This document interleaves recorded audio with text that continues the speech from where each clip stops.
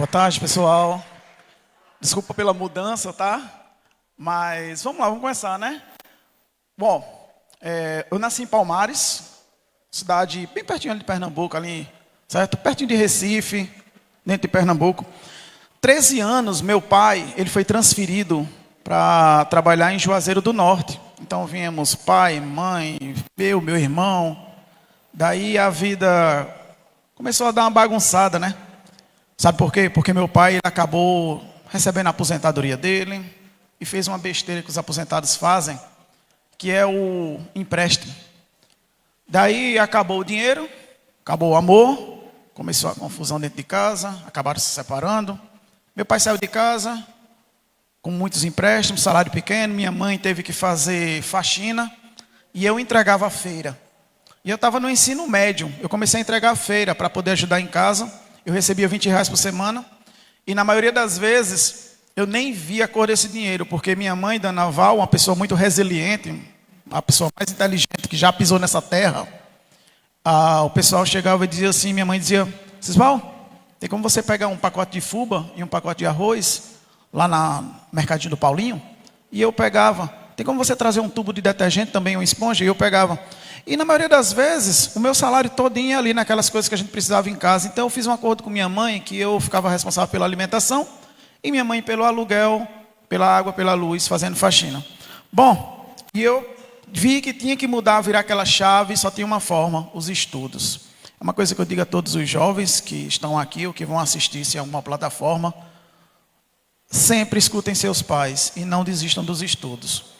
E eu sempre foquei nos estudos e tive que fazer faculdade, porque não tinha como, só com o ensino médio eu conseguir um emprego bom. Então fui fazer uma faculdade.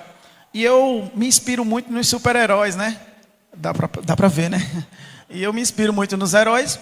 E acabei fazendo faculdade, chegando na faculdade, tinha que comprar livros, tinha que comprar apostilas, tinha que comprar coisas, e eu não tinha esse dinheiro. Afinal, meu dinheiro todo ficava na alimentação em casa.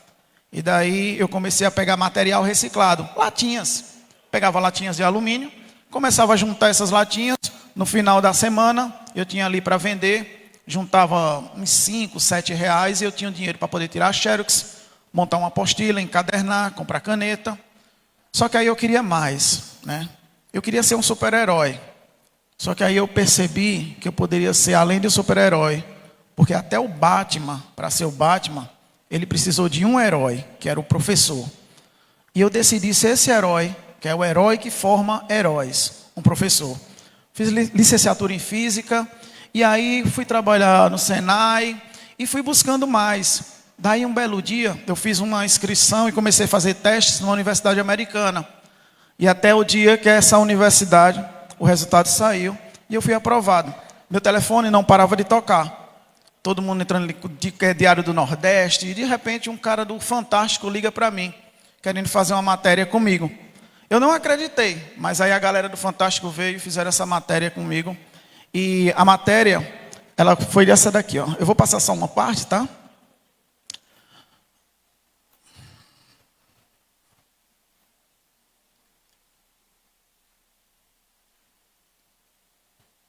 Pronto, quando disser ok. Então, só organizando o som ali. Quando foi na matéria do Fantástico, que a gente explodiu, né? O telefone não parava de tocar de jeito nenhum. E era Diário do Nordeste, era o pessoal da CNN, da própria CBN, da Internacional CNI. E, ok?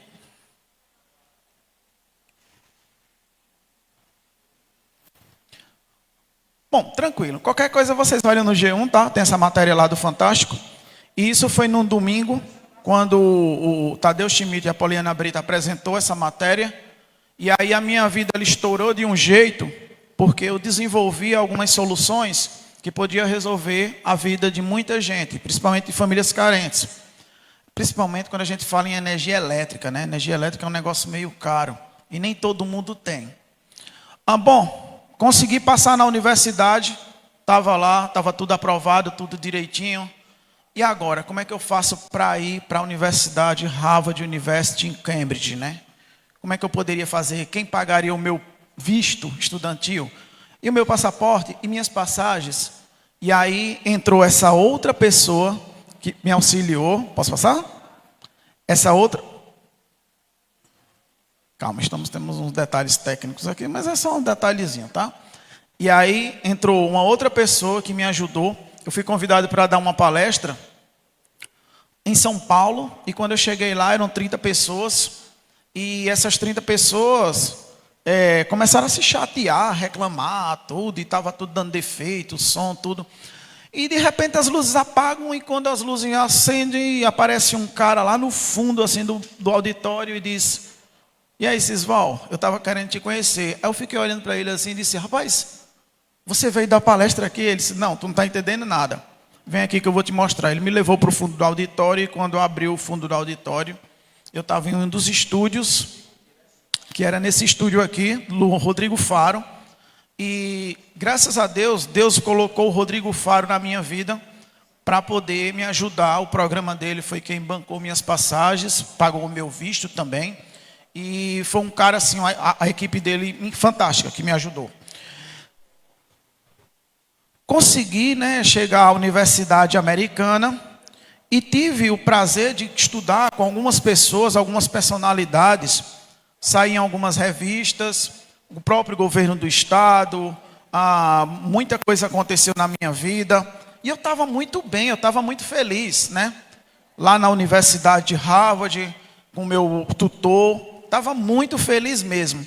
E um belo dia, eu conversando com um colega meu, de Joanesburgo, eu disse: rapaz, eu queria levar meu projeto, mas no Brasil é tão difícil as coisas. Lá é uma burocracia, tudo precisa de uma homologação, precisa de um documento, precisa disso e daquilo. Ele disse: cara, por que tu não leva teu projeto para a África? Eu disse: para a África? Ele disse: eu conheço professoras que dão aula embaixo de árvore. Eu disse: não, isso não está acontecendo não. Pleno século XXI não tem como não. Eles estão falando sério. E ele me passou um contato de uma professora chamada Cesartina. E eu comecei a conversar com ela. E quando ela disse que realmente era assim, eu disse: eu vou para a África.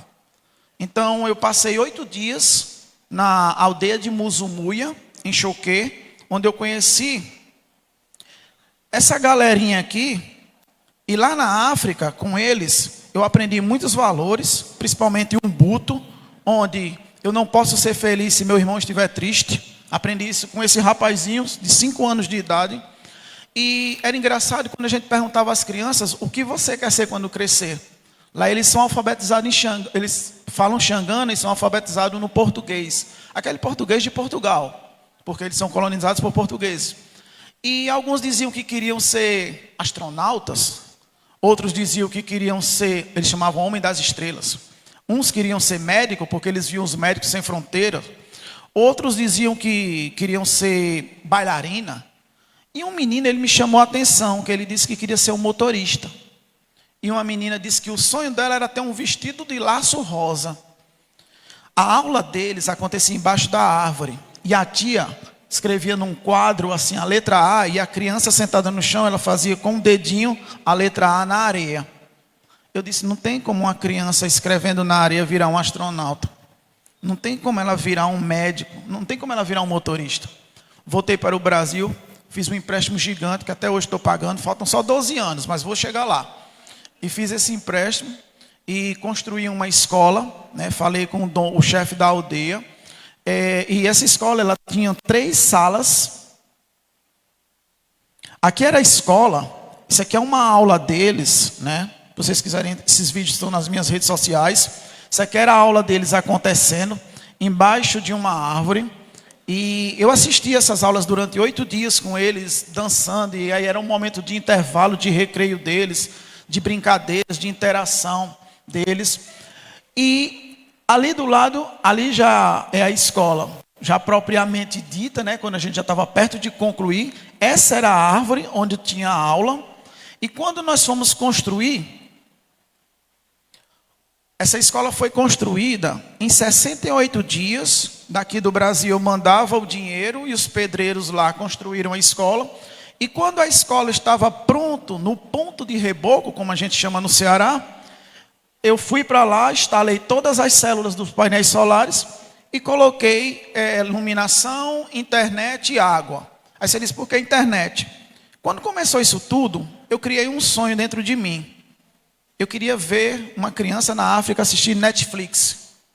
E eu tive isso. Eu assisti Naruto com eles, usando a internet dessa escola. Essa escola tem 3 salas, atende 171 crianças. Eu formei também um técnico lá, que é o Alírio. Hoje é ele que presta esse serviço técnico na escola. Eu não preciso mais ficar indo, só por telefone eu falo com ele, mando as coisas que precisa, ele mesmo conserta. E hoje nós temos uma sala que atende crianças de 2 a 9 anos, de 10 a 14 anos. E a outra sala, ela serve para os médicos sem fronteiras e para os professores. Então lá também tem vacinação. Essa escola hoje, na aldeia de Musumu, é um dos poucos pontos que tem energia elétrica, internet e água, certo? E lá também o pessoal usa para fazer estudos, tubulação, aniversário, eventos, reuniões. Então ficou um ponto de apoio.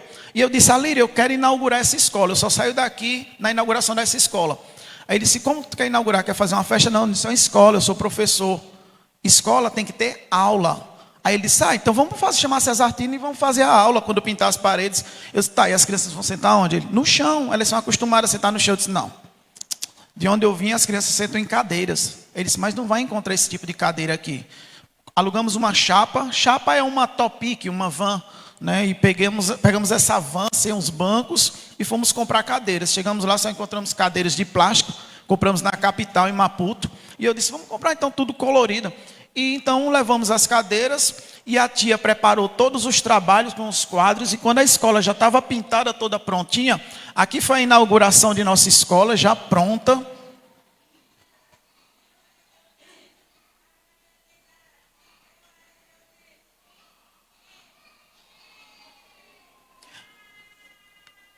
E é tão engraçado isso. Quando me disse ali, ele se disse cearense.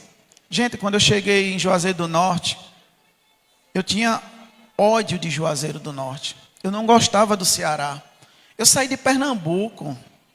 Eu morava na Mata Sul. 2 horas para o mar. 2 horas eu chegava na praia. Chovia toda semana. Cheguei em Juazeiro de agosto para setembro. E a gente sabe que agosto e setembro não faz calor no Cariri, não, né? É um estágio probatório para o inferno. É quente pra caramba. Eu disse, gente, isso aqui não é terra de Deus, não. Isso aqui é loucura. Que eu odiava aquela cidade. Só que aí eu comecei a amar o Cariri. E quando isso tudo aconteceu na minha vida, tudo isso começou a se realizar, eu disse, cara, eu tenho que retribuir de alguma forma para esse povo. Além de ser professor, dar aula, eu tenho que retribuir de alguma forma. E eu comecei a levar estátuas do Padre Cícero e espalhar por todos os lugares que eu ia no mundo. Essa daí é o Padre Cícero, onde eu deixei na Times Square, em Nova York. Então, em todos os locais que eu ia, Amsterdã, Paris, Joanesburgo, Maputo, Choqué, Beira, todo lugar eu deixava uma estátua do Padre Cícero. E era tão legal as pessoas vendo a estátua do Padre Cícero e colocando no Google Lens e pesquisando. Quem é esse cara? Quem é esse daqui? Opa, ele é lá do Ceará, lá do Nordeste. Ele fundou uma cidade, ele nasceu no Crato, estudou em Fortaleza. Então tinha toda a história, a trajetória do Padre Cícero. Aí você diz, por que você escolheu o Padre Cícero? Acho que não tem um ícone no Nordeste que represente mais a resiliência, independente de religião, tá, gente? Que identifique assim a resiliência e a capacidade do povo nordestino de que é o Padre Cícero. E nesses movimentos lá nos Estados Unidos, eu disse, rapaz, eu já sei, eu vou levar uma estátua e vou botar ele num lugar onde nem o Padre Cícero pensaria que ele poderia ir. Aí você disse, qual a estátua, né? No Brasil nós temos o Cristo Redentor, temos também a estátua do Padre Cícero, né? Lá no Horto, eternizada na música de Luiz Gonzaga. Eu disse, será que Luiz Gonzaga já pensou em fazer uma música com o Padre Cícero lá na Estátua da Liberdade? Né? Então eu fui na ilha de Manhattan, onde eu coloquei uma estátua do Padre Cícero lá, e gente do mundo todo indo lá ver que estátua era aquela, quem era aquele bonequinho, quem era aquele cara. E isso era uma forma que eu fazia de divulgar o Cariri, deixando essas estátuas onde eu chegava. O mais legal, essas crianças aí, lá na escola, tem uma estátua de Padre Cícero, e lá nos equipamentos de energia solar tem um nome assim, Made in Nordeste. Então, quando uma criança dessa se formar médico, se formar caminhoneiro, se formar bailarina, se formar professora, eles vão dizer: ah, veio um cara lá do Brasil com a camisa do Batman e botou essa escola aqui, porque antes era embaixo da árvore. Aí você diz: e o que você ganha com isso? Eu ganho uma dívida, eu tenho 12 anos para pagar aí pela frente essa dívida. Eu tenho uma dívida gigante, já paguei 3, né? Eu tenho uma dívida, mas eu ainda tenho muito para pagar. Mas o que você vai ganhar? É aí que tem a mensagem. Eu tenho 3 filhos. Eu tenho a Maria Clara de 13 anos, eu tenho a Ana Júlia de 11 e eu tenho o João Emanuel de 6. Todo mundo na escola diz: teu pai foi o cara que fez uma escola lá na África. Teu pai foi o cara que foi para a Universidade de Harvard. Estudou. Teu pai foi o cara que estudou com o Luciano Huck. Teu pai foi o cara que foi para o programa do Rodrigo Faro. Teu pai passou no Fantástico. Isso é legal. Isso é muito legal. E quando chegar meus netos vão dizer: sabe aquele médico lá da África? Ele estudou na escola que meu pai colocou lá. Sabe aquela bailarina que está lá na Broadway? Ela estudou na escola que meu pai colocou. Esse cara aqui, gente, ele é só um símbolo para alguns. Para mim, ele é um professor. E ele tem uma frase muito legal que ele diz o seguinte: não é o que sou, e sim o que faço que me define. Às vezes a gente fica meio receioso em fazer alguma coisa, pensando no que as pessoas vão achar. Não é o que tu é o que tu faz que define se tu é uma pessoa boa, o tipo do teu caráter. E é isso que eu vou ganhar. É quando os meus netos e meus filhos levar esse legado e dizer: meu pai, ele não mudou o mundo, mas ele mostrou o caminho. Meus amigos, muito obrigado. Foi um prazer estar com vocês. Hein?